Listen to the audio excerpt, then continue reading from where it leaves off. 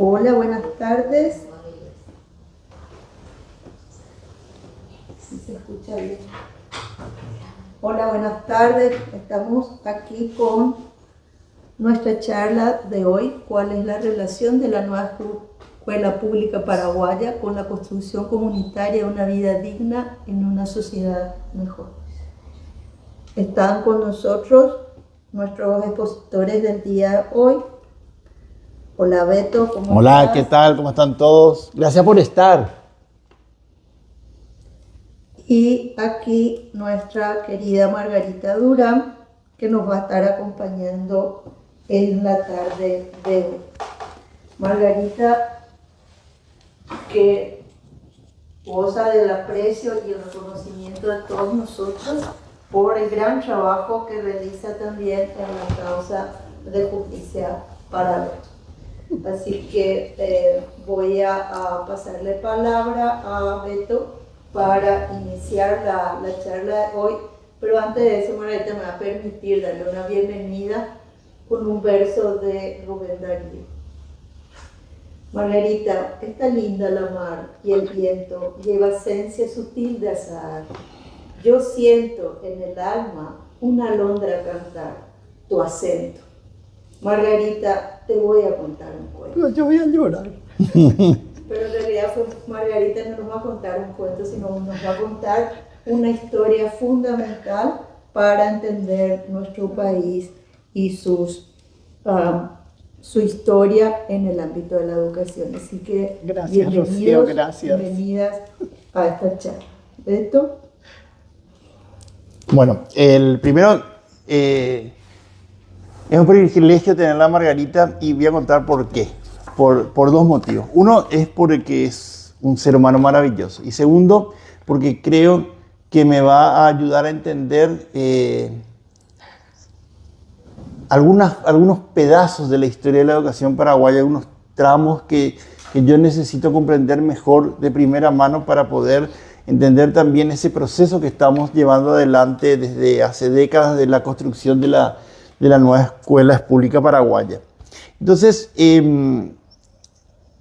lo primero que yo quería compartir con Margarita y quiero contar cómo es un poco la dinámica del encuentro de hoy es contarle algunas cosas que yo he estudiado, investigado y creo que he logrado comprender de lo que Ramón Indalecio Cardoso, de lo que la pedagogía paraguaya ha desarrollado por décadas y entonces ponerlo en diálogo con lo que fue la experiencia de las escuelitas campesinas de las ligas agrarias. Entonces, eso es la dinámica. Entonces, no se trata esto de una exposición, sino que es como un pensar en voz alta y pedirle a Margarita que me ayude a comprender, a disipar ciertas dudas, a también ver si algunas hipótesis que tengo son ciertas o no sobre lo que es la pedagogía paraguaya en desarrollo a partir de lo que es la construcción de la nueva escuela pública paraguaya.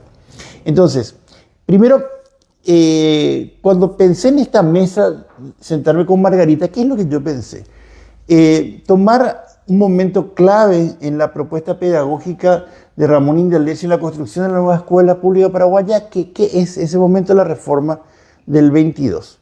Entonces, ¿por qué? Porque ahí él plantea, bueno, vamos a modernizar la enseñanza primaria, vamos a proponer, ¿no es cierto?, promover el desarrollo integral del niño y vamos a reorganizar el sistema educativo.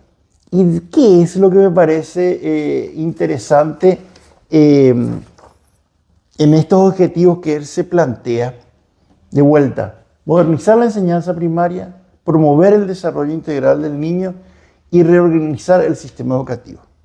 Son las tres cosas que se propone Ramón Indalecio Cardoso.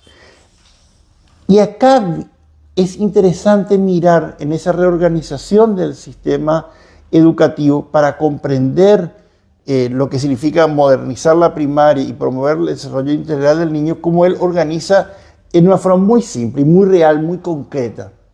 Para el Paraguay de la década del 20, entonces, es escuelas urbanas y escuelas rurales. Y yo tengo ese mi sesgo de maestro, no tengo pizarrón, entonces tengo que uso estas fichitas. Y acá viene algo interesante, que es cómo él piensa las escuelas urbanas. O sea, tenemos que pensar en un Paraguay de posguerra, caminando hacia una siguiente guerra, con una población muy diezmada y en un contexto de mucha pobreza, en un contexto demográfico muy especial, donde predomina la mujer, predomina el niño, donde había pocos hombres, y donde lo urbano es como vivíamos una situación de pueblos grandes. Entonces, ¿cómo él piensa la escuela urbana? ¿Qué es lo que se va a hacer en la escuela urbana? Habla de una lectura y escritura funcionales. ¿Qué significa esto? O sea, no enseñaba un instrumento, no enseñaba algo mecánico, sino algo que en la vida cotidiana el niño o la niña lo utilizara. Entonces, cuando uno ve los libros de lectura, cuando uno ve los cuadernos de la época, estaban relacionados con la vida cotidiana, donde el niño iba a usar eso que escribía y que leía. Lo mismo la aritmética aplicada. Hoy todavía uno recorre muchas escuelas de la patria, ¿no es cierto?, y encuentra que las maestras en un rincón del aula arman con una especie de estante que es como un mini supermercado. Entonces los niños van y hacen la compra con una lista, llevan, anotan, ¿no es cierto?, hacen hasta su platita y en ese intercambio hacen suma, resta, multiplicación, regla de 3. Entonces, esa matemática aplicada también en lo que es la vida cotidiana, medir un espacio, sacar las dimensiones de una mesa. Entonces, no era algo en abstracto, lo que no quita que sí estudiaban una matemática bastante avanzada para la época. Lo otro es historia y geografía nacional. Entonces, de vuelta, hasta la vida de Ramón Indeldecio, cuando él aquí habla en este libro, Mi vida de ciudadano y maestro, cuentan que los maestros que él tenía en su formación como docente eran todos argentinos. La historia muchas veces estaba escrita por argentinos. No se olviden que veníamos de haber sido ocupados, de una situación de muchas limitaciones, de mucha colonización. Y entonces el enseñar la historia y las geografías nacionales con textos, con obras creadas y desarrolladas por paraguayos y con una historia contada desde el nuevo contexto, era un acto revolucionario en el momento. Era un acto de liberación, de emancipación. Después, ciencias naturales orientadas a la realidad paraguaya, a nuestro clima, orientadas a nuestra geografía, para que la persona el chico pudiera entender entonces el contexto en el cual vivía. Entonces, pero acá es lo que quiero aclarar, porque a veces entendemos, bueno, vamos a enseñar matemática aplicada con las cosas reales. Entonces, trae una naranja, 2 naranjas, 3 naranjas. No se trata de eso. No es esa explicación simplista, sino que el maestro era un hombre y una mujer de su tiempo, de su época, de su contexto, y entonces entendía la cultura en el cual crecía y se desarrollaba el niño, y entonces aproximaba el contenido curricular a esa cultura. No hacía una adecuación, sino que hacía una inculturación, donde no había entonces que yo adapto, sino que yo comprendo cómo es el mundo en el que vive el chico y le puedo hacer dialogar con esa matemática, con esa geografía, con esa historia, porque entiendo cómo puedo hacerle a él entender. La otra cosa que me parece súper interesante es este tema de la economía doméstica. De vuelta, estamos en escuelas urbanas. Entonces, la economía doméstica desde un principio es empoderar al chico para que tenga, o a la chica, para que el día de mañana como ciudadano tenga las herramientas para que él pueda administrar su dinero, su salario, sepa si gana poco, si gana mucho, sepa si está teniendo ganancias, no está, si está siendo explotado. El tema de higiene, de vuelta, un Paraguay muy precario. Entonces, el tema de enseñarle realmente a los chicos a cuidar su cuerpo. Pero hay algo muy interesante. Muchas veces se discute el tema de la educación sexual, pero se daba al conocer el contexto, se conocían cuáles eran las necesidades de los chicos que de repente llegaban a una instancia de adolescencia y se les enseñaba también en la higiene a cuidar su salud en todos los aspectos. Entonces, después había gimnasia, había dibujo, había canto, entonces también estaba presente lo cultural. Pero de vuelta, ¿por qué había dibujo y canto? Porque nos enseñaba arte en abstracto, sino en la concreción del hacer, no en forma utilitaria, para que después se inserte en el mundo del trabajo, sino para que pueda vivir y apropiarse del arte y de la música, para que pudiera conectar con su vida. Entonces después había trabajos manuales, industriales, agrícolas, había la pequeña huerta de vuelta, para que pudiera generar autosustento, pero para que pudiera entender esa otra gran parte del Paraguay, que era el Paraguay campesino. Entonces, no se generaban grietas o distancias o segmentos sociales, sino que se generaban puentes. Pero de vuelta, ahí viene la genialidad de la propuesta, pero en un contexto urbano, ¿no es cierto? Ellos sabían bien que la vida en la huerta de la escuelita de Sajonia, no era igual que la huerta que había en Villarrica. O sea, esas diferencias también permitían comprender el país en el cual ellos vivían. Cuidado de los animales, cocina. Y acá viene algo muy interesante. Que recién hablaba con Margarita que su hermana hasta la década del 50 tenía poricultura. ¿Qué es poricultura? Crianza y cuidado de los niños. Y rápidamente había excursiones, había bibliotecas escolares y también había algo muy importante. Mismo Ramón Indalecio en su biografía cuenta que él iba a colegios varones y comienza a ver en la Reforma 22 la coeducación. Cierro con esto. Las escuelitas rurales, que es el tema que a mí me interesa mucho hablarlo también con Margarita, es lo siguiente. Las escuelitas rurales tenían lectura comprensiva, aritmética básica, higiene, y acá viene algo interesante. Más que geografía y historia tenían nociones cívicas. La pregunta es ¿por qué? Ellos tenían fuerte énfasis en la agricultura, fuerte énfasis en la ganadería, pero también en las industrias rurales. Después tenían trabajos manuales, cuidado de animales, cocina, excursiones, fiesta del árbol, deportes, y acá viene algo interesante, que uno con nociones cívicas, comisiones populares.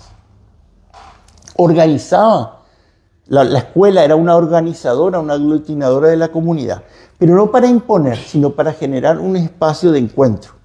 Y entonces eso pedagógicamente necesitaba de una organización, de una sistematicidad. Esas eran las comisiones populares. Entonces, ¿yo qué es lo que entiendo de lo que propone Ramón Indalecio Cardoso?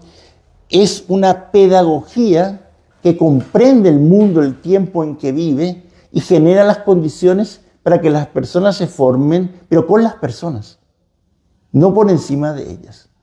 Que convoca a la comunidad, que organiza la comunidad y que va respondiendo a las necesidades. Pero también la comunidad que se organiza en la escuela no replica muchas veces las deficiencias que hay en el campo social. Por eso hay nociones cívicas. O sea, soy campesino, pero tengo derechos, ¿cierto? Soy un ciudadano en la ciudad, pero tengo una historia y una geografía. Entonces, yo cultivo la tierra porque vivo. Entonces, me voy y trabajo en la huerta. Pero yo tengo en mi escuela urbana una huerta para entender que Paraguay se desarrolla a partir de eso. Entonces, yo creo que la reforma del 22, la pedagogía que Ramón Indalecio propone, es una pedagogía muy metida en el contexto, pero no absorbida por el contexto, sino como un dinamizador de lo que sucede para una vida mejor. Entonces, y yo tengo la hipótesis, que es lo que quiero entender con Margarita, si las escuelitas campesinas, las ligas agrarias, no son también un intento de comprender la época, de dar una respuesta y que lo hacen respondiendo a la cultura de las necesidades, cierto, en medio de una situación de dictadura, entonces se toma como algo revolucionario, pero pedagógicamente lo que se hace en las escuelitas campesinas y en las ligas agrarias es lo que la pedagogía recomienda. ¿No es cierto? Entonces, y se sustenta en que en el movimiento de la reforma pedagógica, que ese movimiento que reivindica todas estas cosas y al cual pertenece Ramón Indalecio Cardoso. Eso es lo que me está dando vuelta en la cabeza y por eso me súper interesa escucharla a Margarita, a ver qué pasó con las escuelitas campesinas, cómo surgen, cómo se organizan, a qué responden.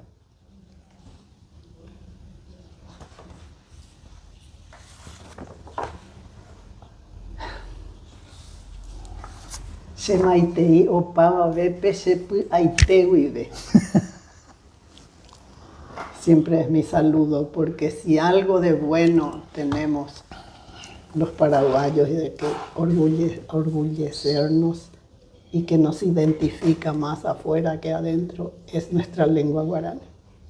Por eso siempre tengo esa costumbre de saludar en guaraní. Hablar de las escuelitas sin hablar de las ligas agrarias es imposible, porque partieron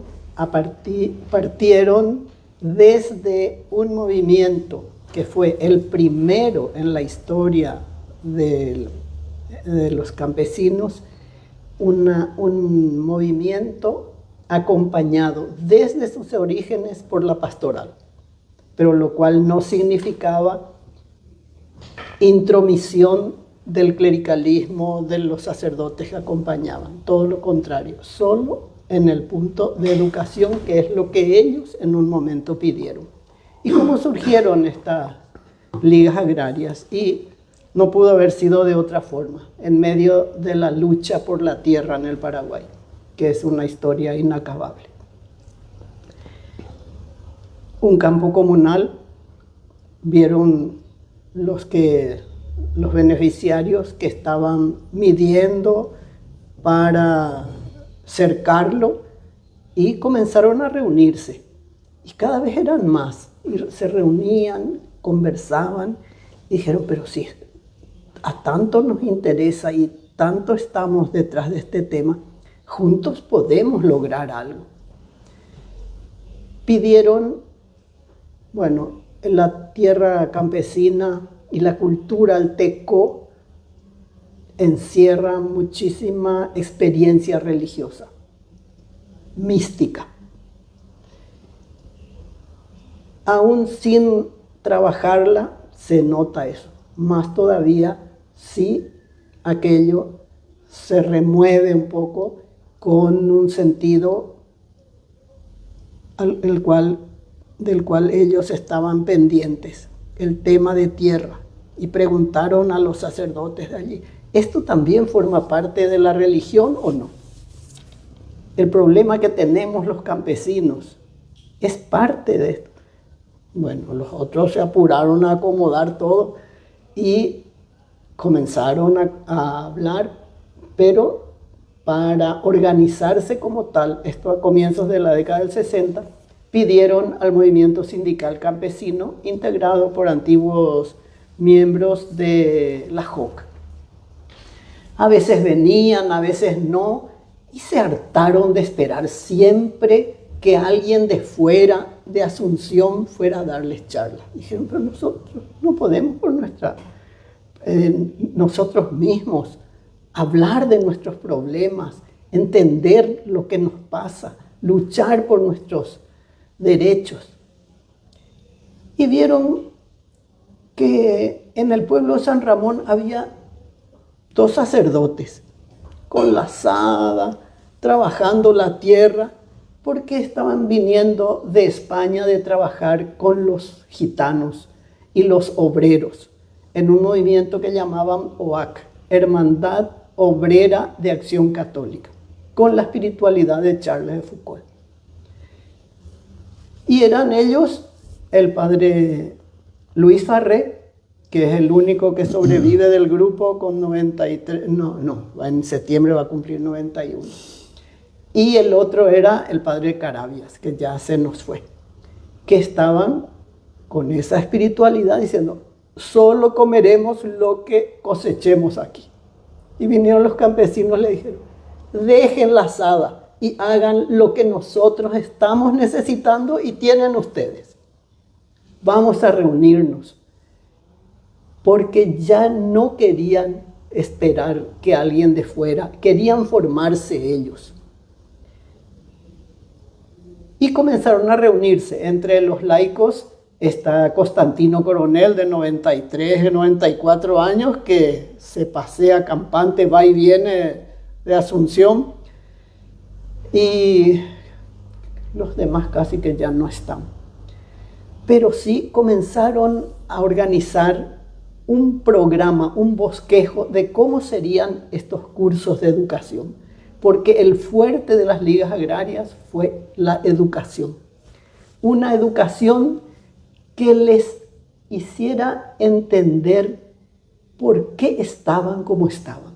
Ser conscientes de esa realidad para cambiarla. La misma Jope desde su comienzo era reflexión, acción.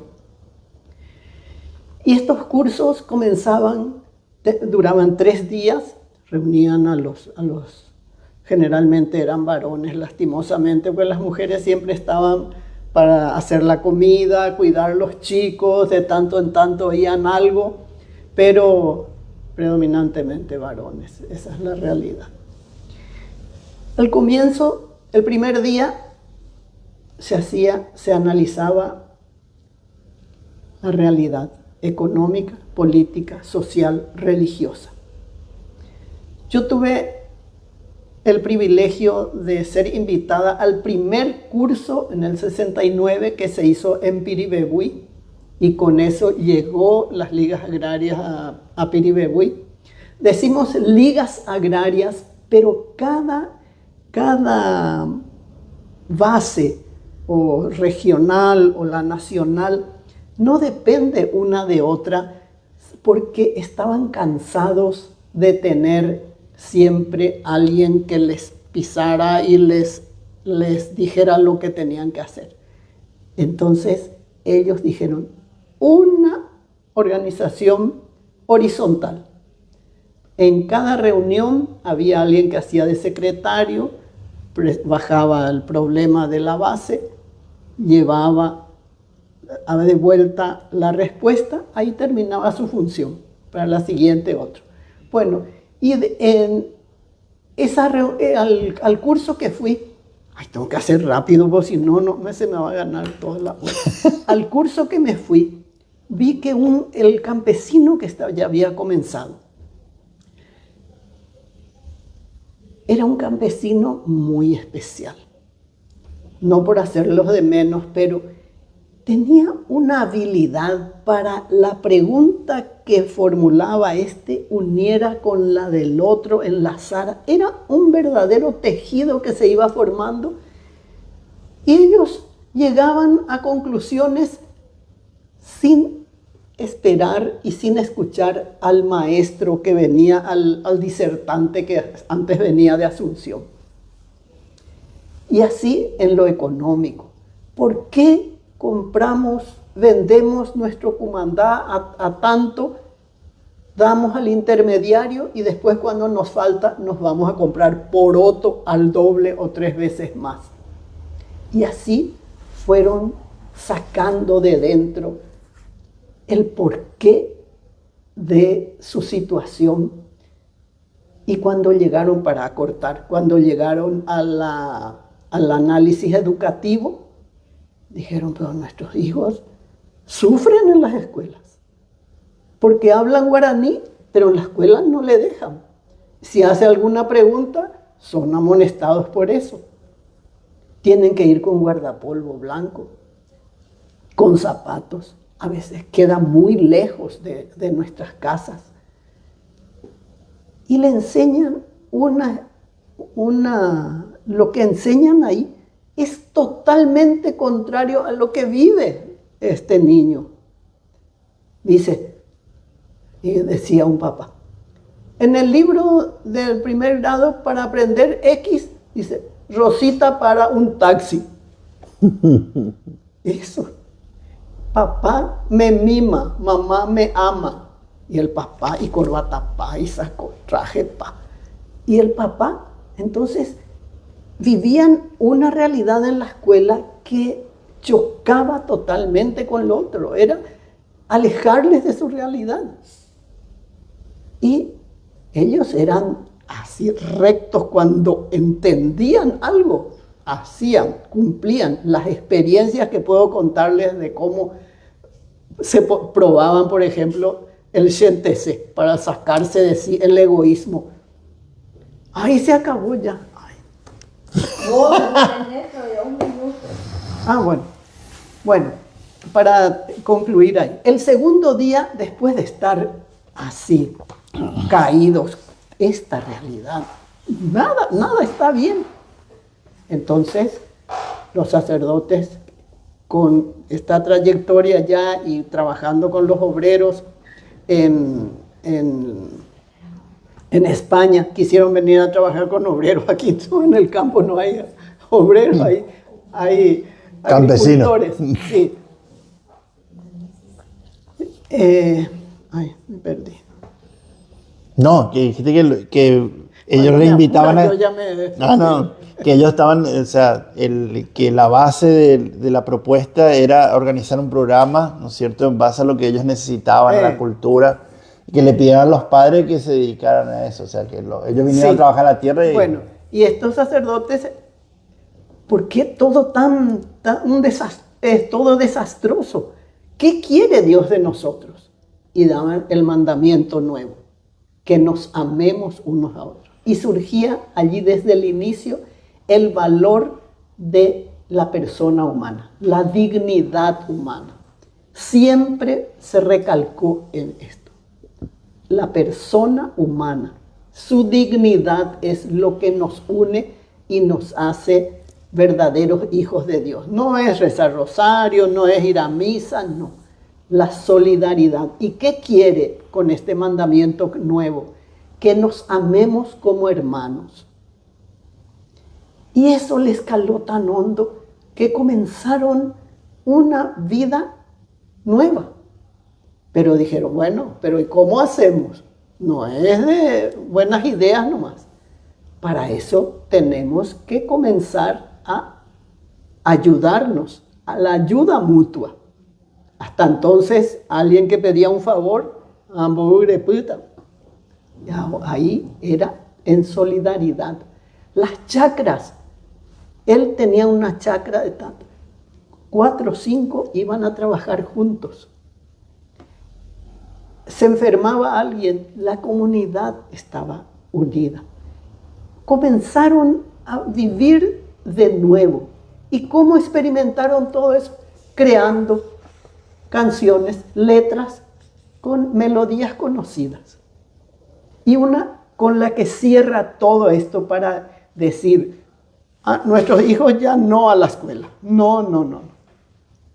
¿Y qué hacemos? Decían los sacerdotes que le ayudaron a abrir la mente. Bueno, pero para que vean, quiero cerrar así como me inspiró Rocío, que me comenzó con un poema. Voy a ver el himno de las ligas agrarias para que vean cuál es la esencia de lo que ellos vivieron, soñaron, con una mística que ya no se ve en ninguna organización campesina ni obrera. Y decía la letra con música conocida, porque no eran estudiosos. Ya palmina, compañero, o gema con ellos. Peina y puma la campana, ñahendu. Y ñeeme omombeu tuishaha dignidad humana. Las ligas agrarias cristianas, peina, ana, obrero.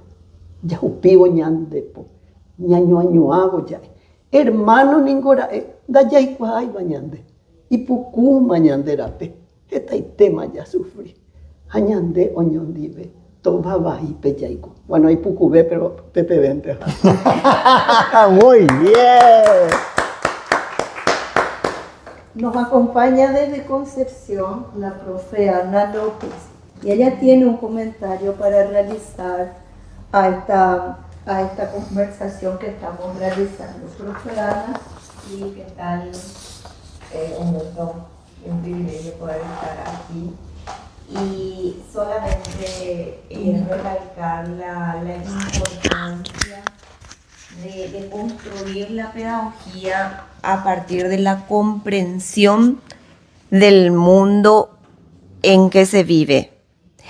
Reflexionar acerca de la problemática humana, la necesidad de dar respuesta a eso, de darle herramienta al sujeto para que pueda desenvolverse y, vamos a decirle, transformar su realidad. Y no debe desconectarse la escuela de esa realidad, sino que al contrario, acercarse y tratar de resolver esas problemáticas actuales. Y como dijo acá la profe, de acercarle también al niño a su realidad, que no esté descontextualizado, acercar el currículum a lo que el sujeto necesita. Eso. Voy a leer un par de comentarios aquí para sumar a lo que nos aporta la profe Ana. Gustavo Bordona Chucarro dice: la escuelita campesina es un tesoro de la educación paraguaya y que poco se habla de aquella experiencia. Y Juan Gabriel Espínola nos dice: esta línea debe ser la perspectiva para el desarrollo de la nueva escuela paraguaya. Una educación centrada en el ser humano, humanizar la educación pública.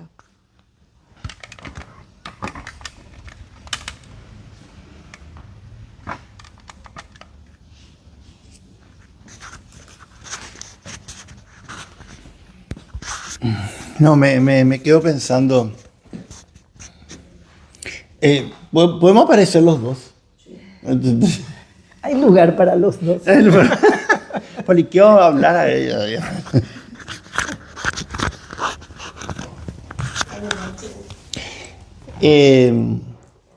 A mí la escuela me salvó la vida. ¿En qué sentido? Yo cuando tenía 7 años voy a la escuela y en Argentina y tengo fiebre reumática y entonces mi papá es el que al final me termina enseñando. Mi papá había participado del movimiento del 14 de mayo, mi abuelo también. Nosotros vivimos una situación de exilio en la Argentina. La dictadura o los gobiernos autoritarios, las persecuciones tienen diferentes maneras de dejar huella en las personas y mi papá dejó todo lo que fue la experiencia del alcoholismo, ¿no es cierto? Entonces, y mi mamá de muy chiquita, yo muy chiquito, la recuerdo trabajando en doble, triple turno y mi casa no daba gusto porque no era un lugar, o sea, recién hablábamos de la polenta, que acá Margarita estaba cocinando y se quemó un poco la polenta. Y para mí, yo le decía, mi niñez era polenta, guiso de arroz, polenta, guiso de arroz, ¿no? Entonces, y vivíamos en alquiler y en zonas muy precarias, el conurbano bonaerense, y el lugar donde yo podía correr, disfrutar, era la escuela. ¿Y por qué conté lo de la fiebre reumática? Cuando yo vuelvo a la escuela, ya vuelvo en esa época entrábamos con 7 años, pero cuando vuelvo de vuelta el primer año tenía 8 y encima yo era alto, entonces mi primer apodo en la escuela fue abuelo, era el abuelo. Y encima, como había tenido fiebre reumática, no podía caminar bien, o sea, y estaba todo el día sentadito, no podía jugar fútbol porque no coordinaba, y estaba, yo me acuerdo, sentado viéndole a mis compañeros jugar y tenía 8 años y estaba medio tristón. Y viene el maestro Bland, Jorge Bland, hasta ahora me acuerdo. Y guardapolvo blanco, y se acerca a mí y me dice: Luis, ¿qué te pasa? Y le cuento lo que me pasaba. Y le cuento que no podía jugar fútbol y que esto, que no. Y entonces él me dijo: bueno, pues vos ya lees, ¿no es cierto? Sí. Fulano, Mengana, Sultana, todavía no leen. Después del recreo yo le iba a decir y vos le vas a enseñar. Y así comencé a relacionarme con con mis compañeros. Y la escuela se convirtió en un lugar de mucha realización.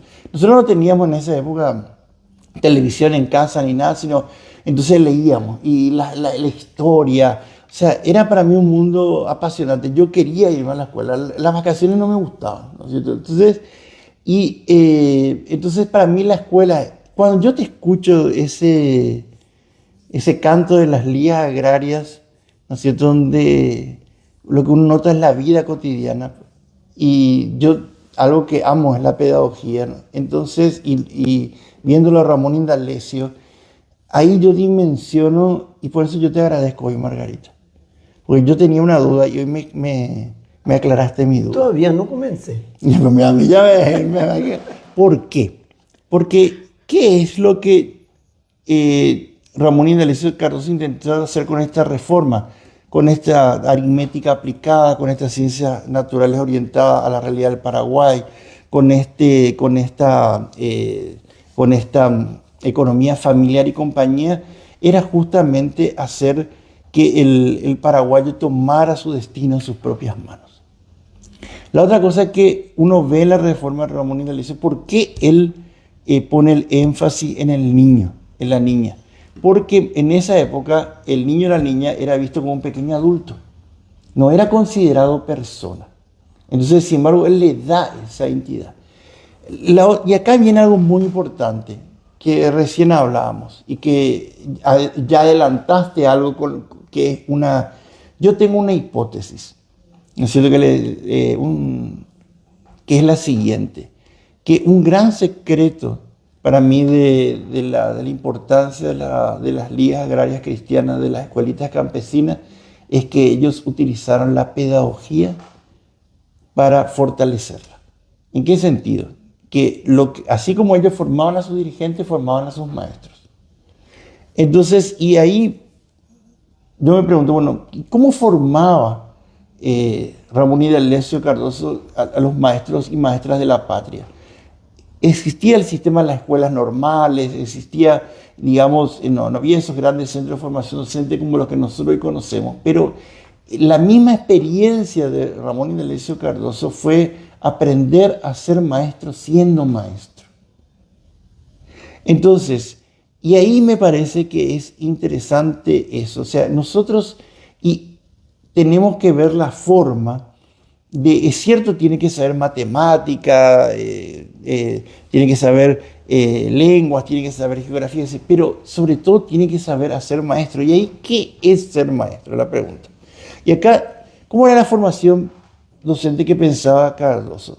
5 palabras: integral, activa, contextualizada, metacognitiva y comprometida. ¿Qué significa? Integral. El maestro hacía arte, hacía ciencia, trabajaba la ética, o sea, sabía cómo usar sus manos, su corazón, su inteligencia, o sea, y lo usaba, ¿cierto? Pero comprendía por qué lo usaba. Entonces, era integral, activa. Entonces, él trabajaba con métodos de proyectos, con laboratorios, escritura campesina, pero ¿cómo aprendía a hacer todo eso? Iba y entendía de vuelta cómo funcionaba la comunidad donde él tenía que trabajar, y entonces eso él adecuaba y entonces le tenía sentido lo que hacía. Pero de vuelta, leía Pestalozzi, leía Dewey, leía Sarmiento, leía todos los grandes pedagogos, pero eso era para tener una comprensión más amplia, pero se iba y convertía cada experiencia en un laboratorio pedagógico. Entonces, ¿y qué significa eso? ¿Cómo esto que yo estoy viendo que el niño juega, que se relaciona con su madre, con su padre, que lo que pasa en el mundo del trabajo, cómo esto me puede servir para que yo genere las condiciones para que el chico se forme? Activa, entonces ese era su método. Contextual, adaptada a la realidad paraguaya. Metacognitiva, muy importante.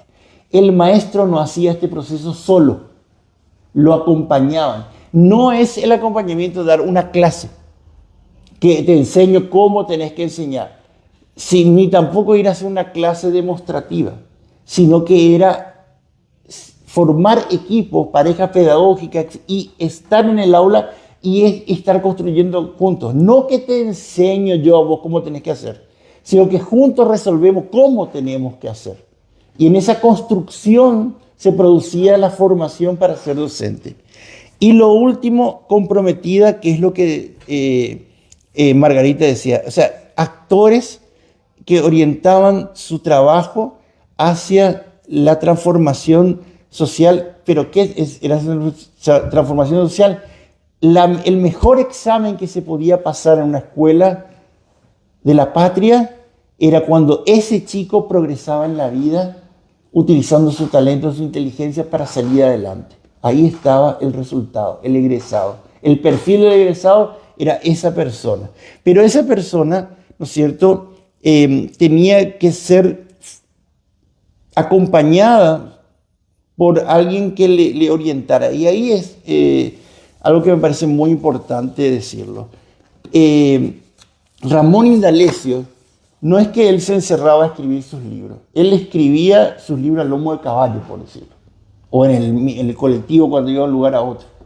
Iba tomando sus experiencias y construyendo. Y acá cierro con esto. Fíjense lo que nos dijo Margarita. Ellos, en las ligas agrarias, tenían la capacidad de escribir la poesía, pero de repente no eran compositores musicales. Bueno, usemos música conocida. Practicidad. Entonces, eso yo creo que es una experiencia pedagógica. Entonces, mi pregunta, que no es pregunta, pienso en voz alta. Margarita, yo creo que para mí la experiencia de formar a los maestros, a los dirigentes, esa pedagogía, ¿no es cierto? Porque había una pedagogía que me gustaría, ¿cuál era esa pedagogía? Esa forma de formar, de enseñar, que hizo que ellos cuando fueran al aula, la escuelita campesina fuera diferente de esa escuela que no les servía, digamos. Entonces, ¿qué pasó ahí, Margarita? Sí, ocurre, perdón, que de los análisis que iban surgiendo a partir de la reflexión, no del que dirigía, porque decía una persona que era un dictador que no paraba de hablar, el que organizaba y hacía de coordinador debía ser alguien sencillo, pacífico, que sepa escuchar y que sepa lo que le recibe volver a dar, para que juntos se llegue a la conclusión. Y por eso hay una... Bueno, vos sabés leer, voy a leer yo un poco también. Por favor. De paso recomendamos el libro de Margarita. Se compra en Servilibro y ahí en la Plaza Uruguay y otros locales, y está a un precio muy accesible. Justamente aquí hay una pregunta sobre las investigaciones y evaluaciones de esta experiencia. Entonces Margarita nos va a ir mostrando. Bueno, el libro. No, unos folletos de las ligas agrarias, porque dejaron muchísimo material. Dice, el buen educador campesino no se cree superior a sus compañeros. Tiene fe en los valores del campesinado y trabaja con paciencia para hacerle sacar afuera los valores. Debe ser campesino nato, ejemplar, pacífico, un hombre verdaderamente comprometido, con espíritu de servicio, no un dominador.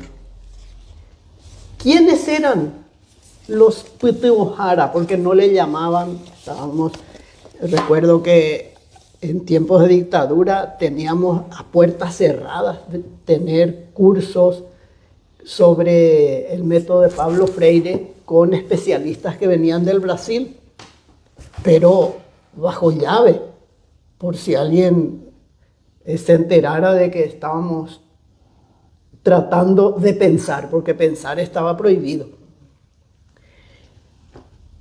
Y estos miembros de las ligas agrarias fueron los que, una vez dándose cuenta de que esta educación estaba haciendo un mal terrible a la comunidad. Dejaron de enviarles. ¿Y ahora qué? Decían los sacerdotes que le ayudaban en este pensar juntos. Y decía, y está su hermano, hay alguien que lee, escribe, pero no tenemos aula. Ahí en el galpón, debajo de la parralera. Y así fue comenzando. Y Yehehui. No había conexión de una escuelita de Piribebuy con una de San Ignacio. Pero los que formaron y ayudaron a llegar a este nivel de concienciación, de valorar el ser humano y a partir de ahí transformarlo, viviendo como hermanos, fueron los que hicieron de Putumayo. Entonces, era una educación personalizada, porque era uno de ellos con esas características que se reunía con los niños que no necesitaban uniforme, estaban todos de la comunidad, 7, 8, 10, 12, llegaron a ver más de 70 escuelitas en las distintas regionales de Concepción, San Pedro, Cordillera, Caguazú, Paraguarí, Misiones, no sé si olvido algunas. Al final ya se formó el equipo de vaqueanos, que éramos Ubaldo y yo, a nivel nacional, pero ya al final, recuerdo que Ubaldo Chamorro. Sí, una de esas reuniones a nivel nacional, que pocas veces hicimos debajo de un limonero gigante, como esos criminales escondidos que no nos vieran. Bueno, y ahí participamos nosotros dos, porque éramos los vaqueanos de la escuelita, supuestamente, pues ya estaban casi en los finales. ¿En qué tiempo hacían la escuela? Según la realidad de cada uno. Tiempos de siembra, cosecha, los niños en casa, porque tenían que ayudar en algo. Y después vieron que no era solamente de buena voluntad, había que formar a los Putumayo. Y por eso surgieron los cursos de formación que teníamos durante 2 semanas cada 2 o 3 meses. 2 semanas completas. Jamás pensamos en que eso costaba dinero o podían pagarnos. Yo digo, esto ya no hay en este tiempo. Esa mística, ese darse porque veían que era algo suyo. Disfrutaban, vivían felices en medio de su miseria, pero sabían por qué vivían así y sabían que hermanados podían salir adelante. Por eso estos 4 sacerdotes que ayudaron con esa experiencia que trajeron, 2 de ellos de la espiritualidad de Charles Foucault, que vivieron con los obreros, se dividieron en zonas. Carabias en Cordillera, Farré le dieron para los cursos de diaconado, junto con los sanfranciscanos, como le llamaban los terciarios. Y Maciel, con la experiencia y la niña bonita de las ligas agrarias, que fue la comunidad de Jejuy, que me costó a mí el exilio después de eso, pero todos querían ir a Jejuy para ver aquella experiencia. Una huerta común. El que llegaba ya tenía que dedicarse a trasplantar los almácigos de tomate. Yo ahí me fui, una de las veces me tocó ir a la cosecha de hojas de tabaco. Jamás vi en mi vida, todas pegajosas. Así. Teníamos que poner la aguja así y colgar después. Para sacar. Bueno, iba Monseñor Marisevich, el obispo de Concepción, y San Pedro era una sola diócesis. La gente de Cáritas Internacional ayudando. Era, pero Una dicha estar allí. Pero fueron justamente sacerdotes católicos orientales que escribieron al nuncio y al ministro del Interior contándole lo que ahí ocurría, que era un comunismo. Bueno, eso terminó con la invasión de Jejuí y el cierre de ese trabajo maravilloso, irrepetible. Yo hasta ahora pienso, porque Cristina Olazar, la esposa de Gregorio, sigue viviendo ahí, porque al final, después de más de 30 años, recuperaron las tierras. Sueño con una maqueta para poner cada cosa en su lugar. Donde estaba la salita, era de caña, solamente ni barro tenía, de caña, que era escuela, iglesia, todo. Lejos así, la ermita de los hermanitos de Foucault, que trabajaban allí. Habían 3, un pescador que se salvó la noche de la invasión porque estaba pescando en el Jejuí. Uno, Juancito, que era constructor, de joven dice que fue paracaidista en la Segunda Guerra Mundial, habrá sido muy joven, murió el año pasado creo. Y otro que era agricultor. Las tardes, ay bueno, si voy a contar el Jejuí no voy a contar el resto. Lo que sí vieron que esa experiencia llevada a cabo allí en forma comunitaria y cada uno en su comunidad pequeña, esos eran los que se esforzaron a hacer que los Pitujuara se formaran para ser útiles a sí mismos y también a la organización. Por eso tuvimos que pensar en una cartilla donde leer y escribir en su lengua materna. El primer bosquejo de esto hizo un Indalecio. Indalecio Riquelme era un estudiante jesuita que trabajaba con nosotros. Y a partir de lo que Freire, ya no estaba Indalecio Cardoso en nuestras mentes, lo siento mucho, pero era Pablo Freire. Y él hablaba de las palabras generadoras. Y con ayuda de los niños fuimos haciendo estas palabras y por eso la cartilla comienza con una vocal para el guaraní, pero que es un sustantivo y es imprescindible para la vida humana, que es agua.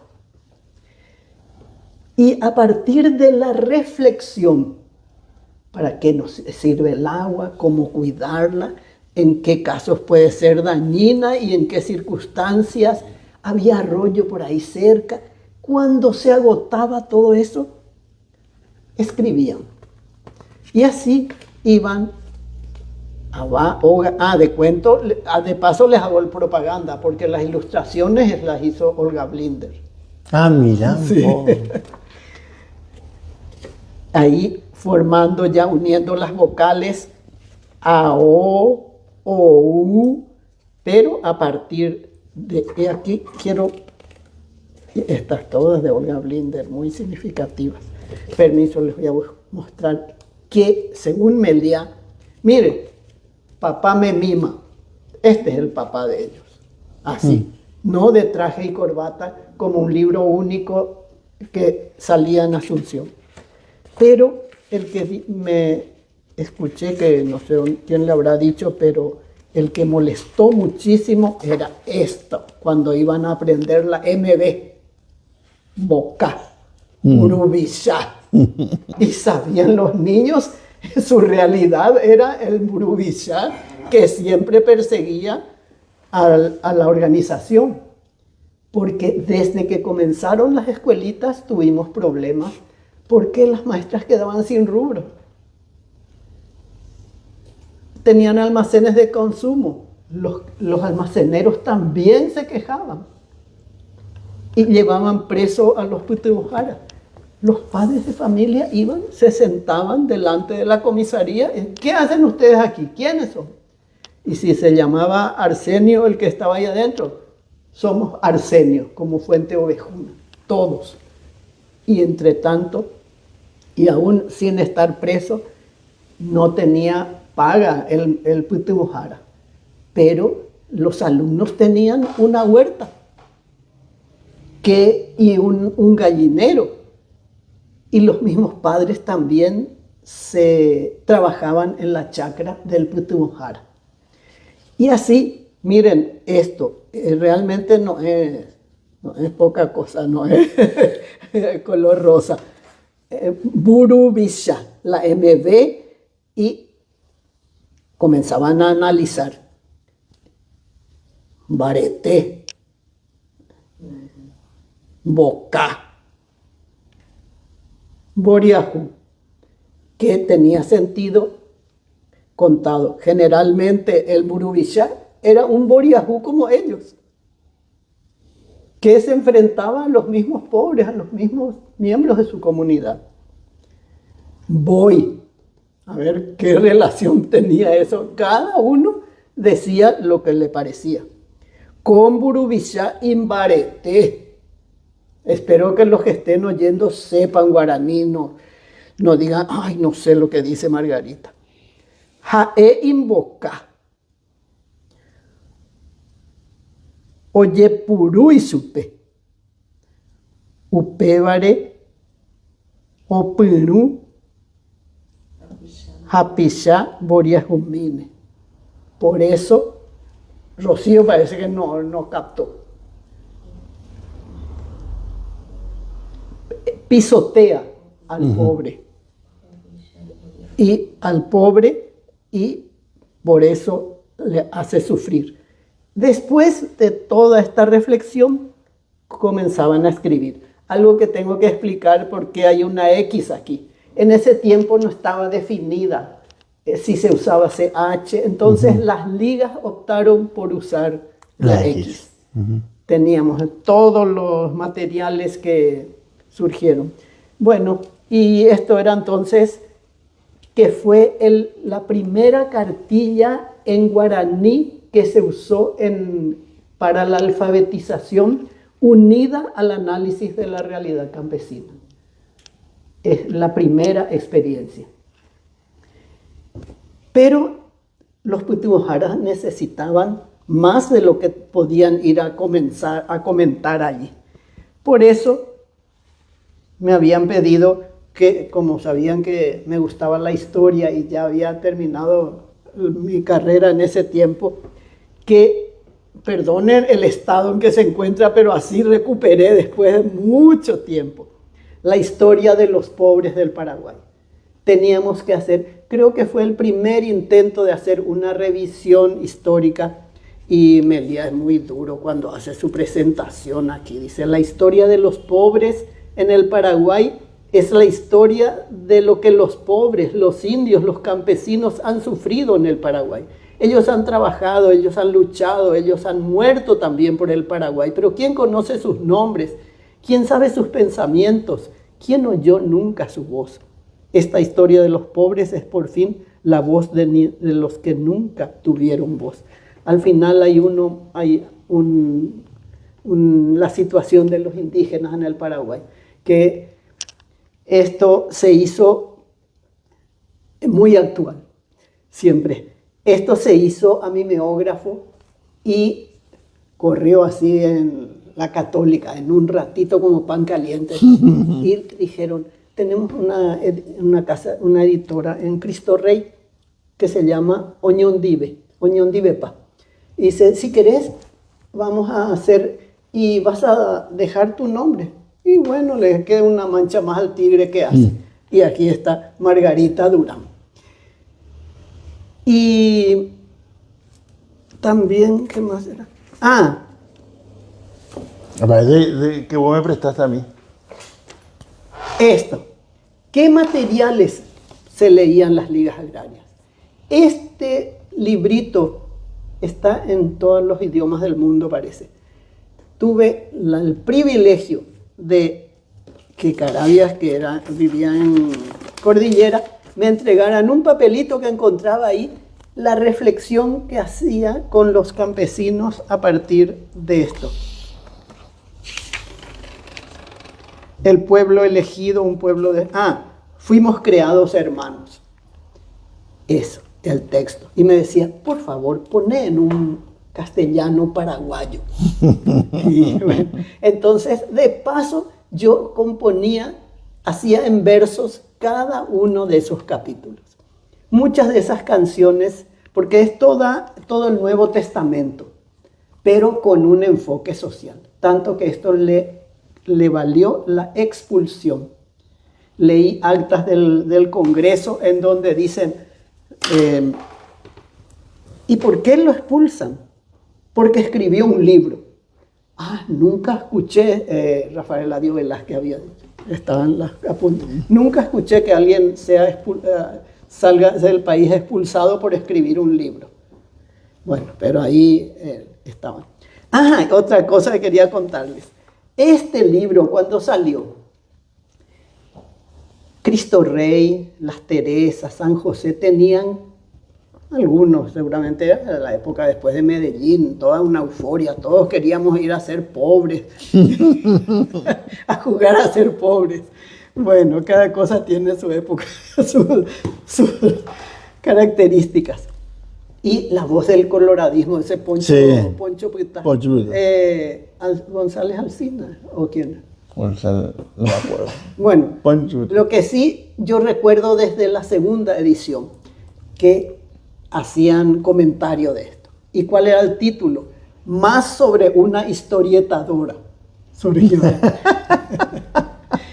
Y el mismo año que salió impreso, en el 72, no tardó un año en ser requisado por la policía de todas las librerías y también de la casa editora. Por eso, después de la caída de la dictadura, a través de una habeas data que presenté, me devolvieron un montón de libros que hasta ahora me quedan todavía unos cuantos y lo que ya regalé. Y mandé a hacer este sello que dice: material elaborado para las escuelitas campesinas de las ligas agrarias, rescatado del archivo del terror después de 20 años de su secuestro por la policía estronista de todas las librerías de Asunción, 1973-1993. Los materiales, ¿de qué se alimentaban los Putujara? De el Nuevo Testamento en guaraní. Leían a la perfección. Y ahora que digo en guaraní, recuerdo a Dionisio Gauto. Él era era director del semanario Sendero. ¿Y por qué Arcadio Martínez Espinosa, el Piragüe? Hay un libro que recomendamos también. Obispos, frailes y jesuitas estaba al tanto de si salía o no Sendero, que tenía que revisar, retirar, comprar y llevarle al comisario Cantero. Porque lo que más molestaba era la columna en guaraní. Costaba leer incluso para los mismos campesinos. Pero una vez leído, hoy guapaitela upepeya, entendía perfectamente y temía de esa columna en guaraní.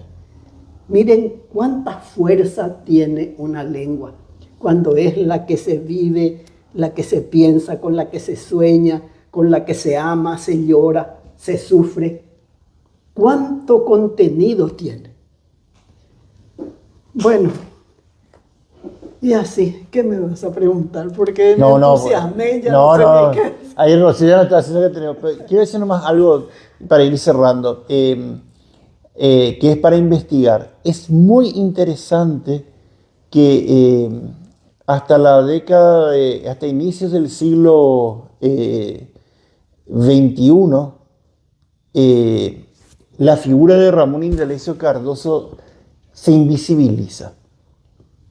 Entonces, es interesante como cuando yo te escuchaba, me voy haciendo como link con páginas de su obra, digo, pero esto ya lo dijo Cardoso acá, esto ya lo hizo, o sea, Pero fíjense bien cómo también hubo una intencionalidad de privarnos de nuestro gran pedagogo Ramón Indalecio Cardoso.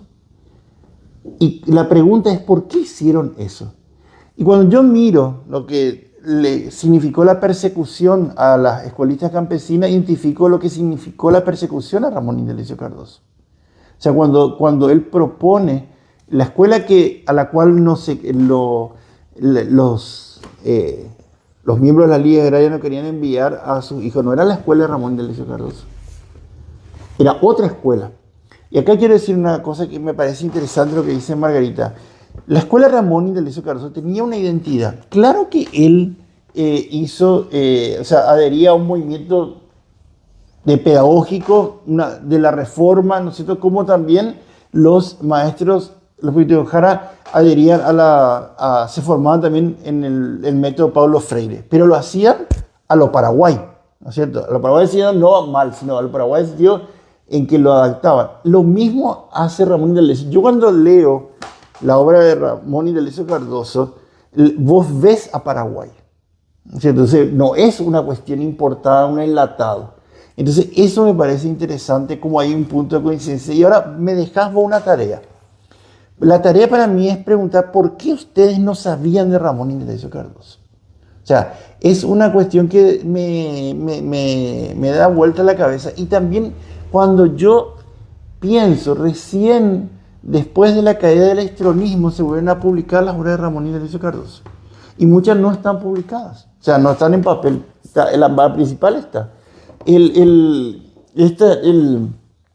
lector publica, ¿no es cierto?, que aprovecho para sugerir al amigo Burián que deberían hacer una reedición, publica Mi vida de ciudadano y maestro, ¿no es cierto? Este librito, entonces, que es fundamental para conocer de puño y letra a Ramón Indalecio Cardoso y su vivencia. Entonces, cuando yo, y lo recomiendo, ¿no es cierto?, es como si vos me estuvieras hablando de un maestro formado en las ligas agrarias. Porque él nace de un hogar campesino, pobre, criado por mujeres, ¿no es cierto? Él vive acá en Ricardo Durán, en la Chacarita, ¿no es cierto? Él vuelve a Villarrica, ¿no es cierto? Y hay esa constante intencionalidad de él. ¿Cuál es la expectativa de Ramón Indalecio Cardoso? 5 puntitos. 1, cierto, modernizar, la modernización pedagógica gradual y adaptada al contexto del sistema educativo. O sea, para él, el sistema educativo tenía que tener una pedagogía de base con identidad paraguaya. Lo segundo, sentar las bases de lo que él llamaba una educación nacionalista crítica y constructiva, respetuosa de la identidad paraguaya. No olvidemos que nosotros habíamos sido ocupados, ¿no es cierto? Y Paraguay en ese momento se estaba recuperando su independencia. Él quería introducir la escuela activa al sistema nacional, proponiendo un aprendizaje que sea funcional, vinculado a la vida, al trabajo y a la comunidad. ¿Desde dónde? Desde los docentes de la patria. Por eso hay una gran diferencia entre la formación docente que nosotros podamos tener hoy y lo que era en su época. En su época el maestro tenía que formarse para innovar, para revolucionar, para apropiarse de una metodología y de una generación de condiciones para que los chicos se formaran con base sólida, digamos, pedagógica, de teoría, ¿no es cierto?, de praxis, pero también con un gran anclaje en la cultura paraguaya. La formación tenía que trabajar los padres, ¿no es cierto?, con los maestros, y por eso le hablaba mucho de la articulación entre el hogar y la escuela. Y después, y acá viene algo importante, hoy sé que muchos docentes que nos escuchan van a decir, padre, no, pero ellos te generan problemas y compañía. Pero la propuesta de Ramón Indalecio, vamos a construir juntos. O sea, vamos a construir juntos. O sea, es muy diferente, ¿no es cierto?, a las relaciones que hoy nosotros podamos tener. Y lo último es el desarrollar una escuela pública que tuviera identidad, que permitiera dialogar, ¿no es cierto?, al Paraguay con las pedagogías del mundo. Cierro con esto. A mí, no sé si vos o Julio me contó, Saludo a Julio Espino, un gran especialista paraguayo en las escuelitas campesinas, ¿no es cierto? Presentador de tu libro. Prestá un poco tu libro. Este libro recomendamos. En Servilibro, 80.000 creo que costaba, ¿no es cierto? No sé, yo regalé todo. No, pero no vaya a decir eso. Entonces, presentador de este libro, él me contó algo que no recuerdo si vos, que vinieron de Brasil gente para formarles, ¿no es Y cierto? les dije hoy. Sí, pero ellos de repente se quedaron asombrados que Paraguay estaba mucho más avanzado en hacer esa síntesis entre las ideas y la práctica, ¿no es cierto? O sea, que realmente había una construcción interesante. Entonces, yo coincido con lo que dijo Gabriel y alguien preguntó, y lo dice Margarita en su libro, las ligas agrarias, así como también las propuestas de Ramón Indalecio Cardoso, no pudieron ser evaluadas porque fueron truncadas por decisiones autoritarias. Entonces, nosotros hoy tenemos en el Paraguay, como dijo la otra vez los que pudieron escucharnos, un montón de cursos de doctorado en educación en Paraguay. Gente, estos son los temas que hay que estudiar, ¿no es cierto? No son temas teóricos, sino que son temas prácticos. ¿Para qué? Para construir la pedagogía con identidad paraguaya. Entonces, y para poder, y vuelvo, y ¿por qué yo te agradezco? Me confirmaste mi teoría. Sí. Si queremos entender las ligas agrarias, hay que entender que hubo un movimiento pedagógico que la sostuvo. Pero ese movimiento pedagógico yo pensé que había surgido desde otra experiencia, pero yo veo que surge de la construcción de una experiencia común para que la vida mejore. Y eso es muy interesante. Yo lo que me llevo es dos cosas. Entiendo por qué hay gente que hasta ahora, ¿no es cierto?, acusa a las escuelitas, a la liga de comunistas, revolucionarios. Y hubo comunistas, hubo revolucionarios, pero no ve que detrás de eso hay una base, como acá lo dice, vivir como hermanos, vivir dignamente, ¿no es cierto? Y que eso se daba en un contexto de un régimen autoritario. Entonces, y de un mundo que estaba en una guerra fría. Entonces, un contexto que también hay que entender. Pero me llama muchísimo la atención de realmente cómo esta experiencia maravillosa que fue de las escuelitas campesinas, ¿no es cierto? Y también tendríamos que después explorar la experiencia de la escuela viva de Ovaldo, ¿no es cierto? Sí, ¿por qué no hubo nexos con Ramón Indalecio Cardoso? Siendo que es un pedagogo que publicó muchísimo, ¿eh? O sea, ahí me dejaste una tarea. Así que también me acompaña mi esposa, que le pido que anote, ya tengo una nueva tarea para poder hacer.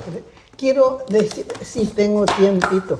Ella no es la jefa, pero por mí sí ¿Qué tiene decís, tiempo. Rocío? Adelante, señor. No, de la formación de los Putibojara, que era muy importante y tenía una atención preferencial en los encuentros de ligas, pero como dije, sin una conexión con otras. Y Yehehui, ellos formaban los sacerdotes fuera de la parte de si querían una misa o la parte de educación estaban, pero el resto no.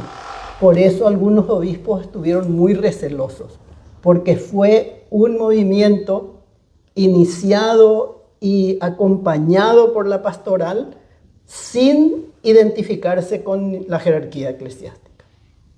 Incluso llegaron a un momento de ser tan hasta orgullosos, se diría, y felices con su movimiento, que llegaron a cometer el gran pecado del basismo, lo que decía la base y la palabra de Dios. El resto, no.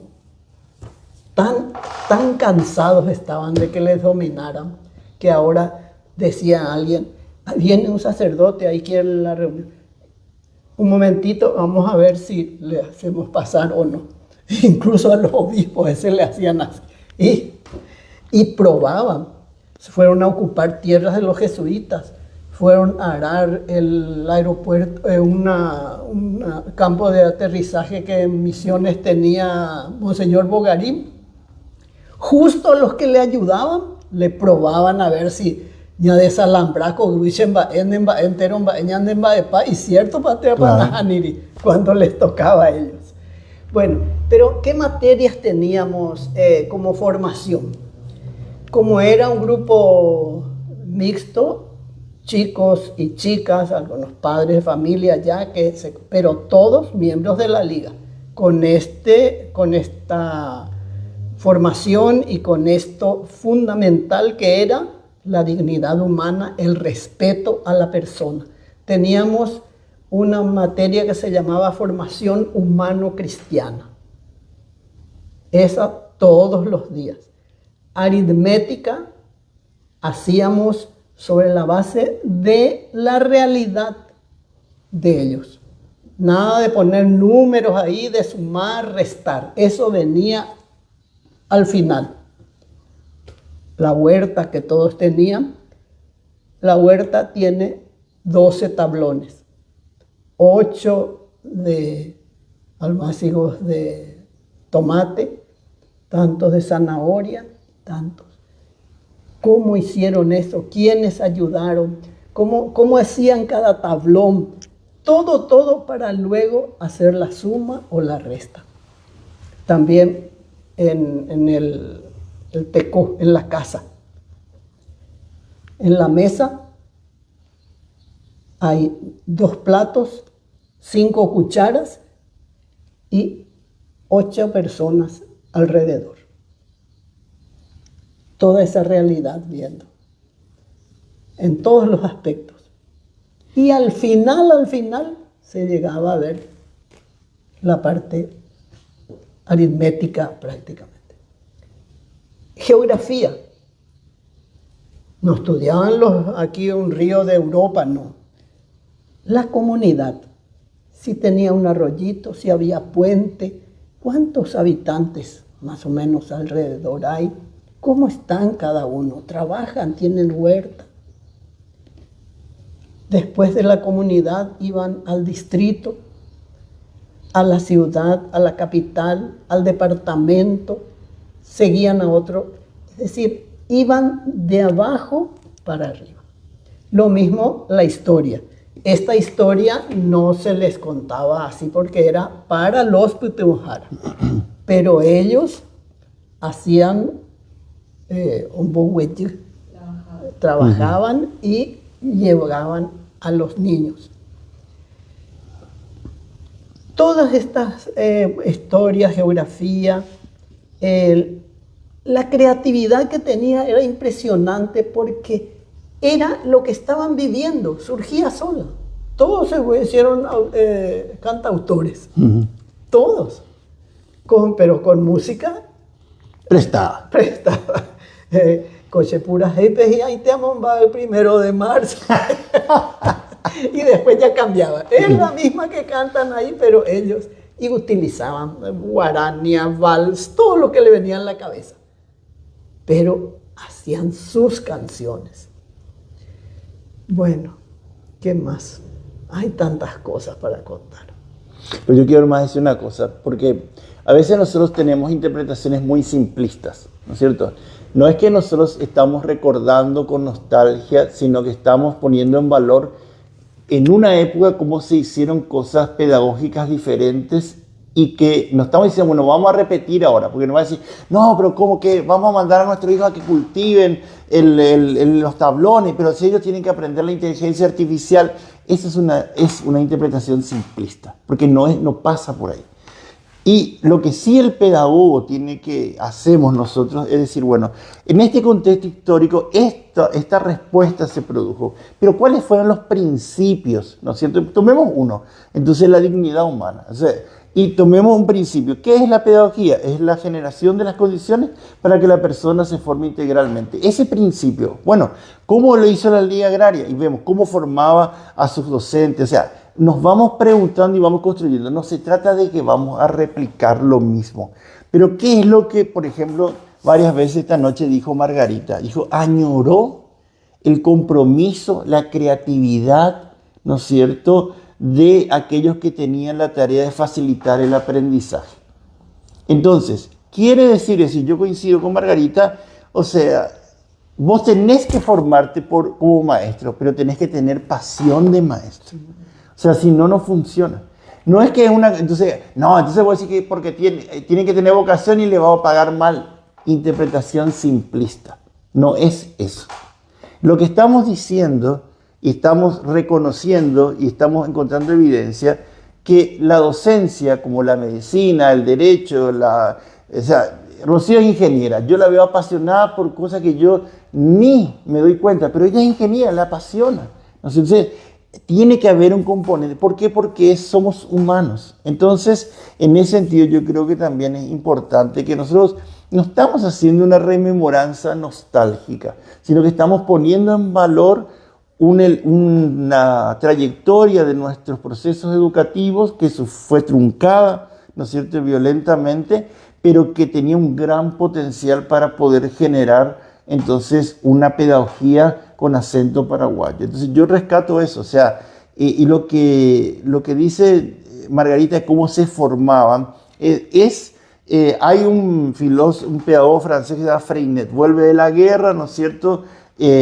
después de la Primera Guerra Mundial, y se dedica a ser maestro en un pueblito chiquitito. Y hizo todo esto que está contando, ¿no es cierto? María Montessori, primera mujer, ¿no es cierto?, médico de Italia, la mandan castigada para que esté como en un dispensario, y hay criaturas, dicen, no, pero esos son medio tontos, le enseña a leer. Entonces, yo comienzo a hacer link a medida que hablaba Margarita con tantas experiencias. Entonces, ¿querés hablar? Sí, algo más. Último.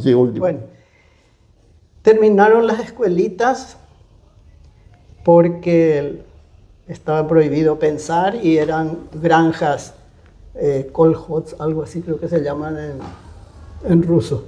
Sí. Las granjas, por la Guerra Fría todo era... Sí.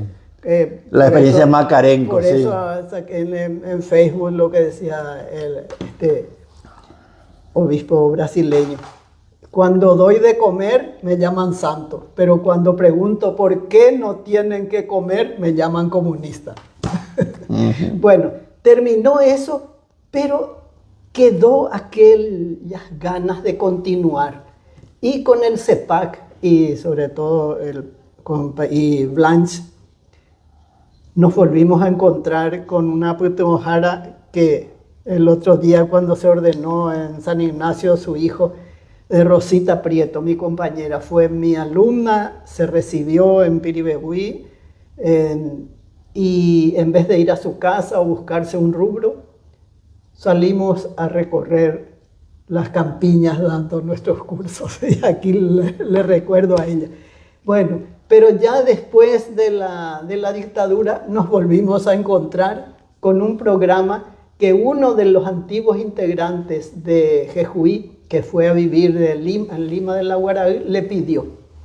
Y no podíamos llamar escuelitas campesinas porque eso estaba prohibido. Estaba prohibido. En Piribebuy, después de salir de una toma de tierra y la iglesia, ya que Liga Agraria y corriendo. Entonces se le llamó al programa eso educación complementaria. Y eso que está cuando esa noche que nos tomó la tormenta. Y era lo mismo, pero nunca es repetido igual. Nunca. Y lo que me llamó la atención ahí es que en esa parroquia, que se llamaba San Francisco, porque fue la última reducción, una de las últimas reducciones franciscanas, no guaraníes, en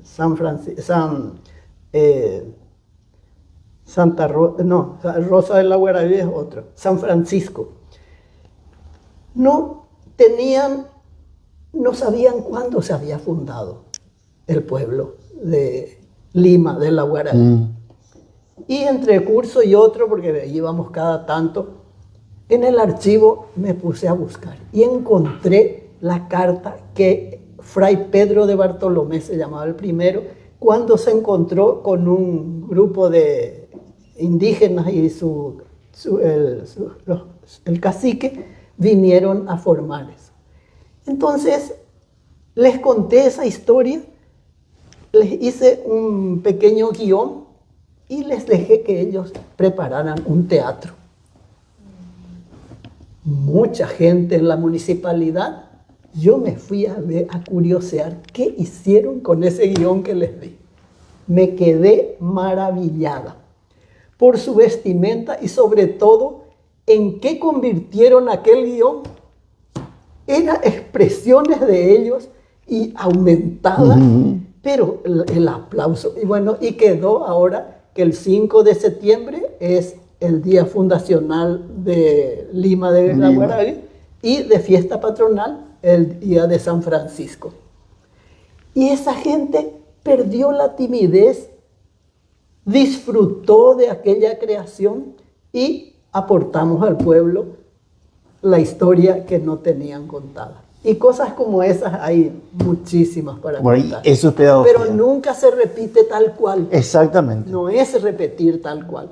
Que los que escuchen nos digan, tenemos que tener una cartilla como esta. Sí, y decir sí, y decir no.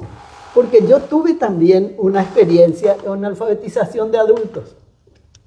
Cruzando el arroyo Piribehuí, iba a un barrio y fui era un despensero que tenía un almacén.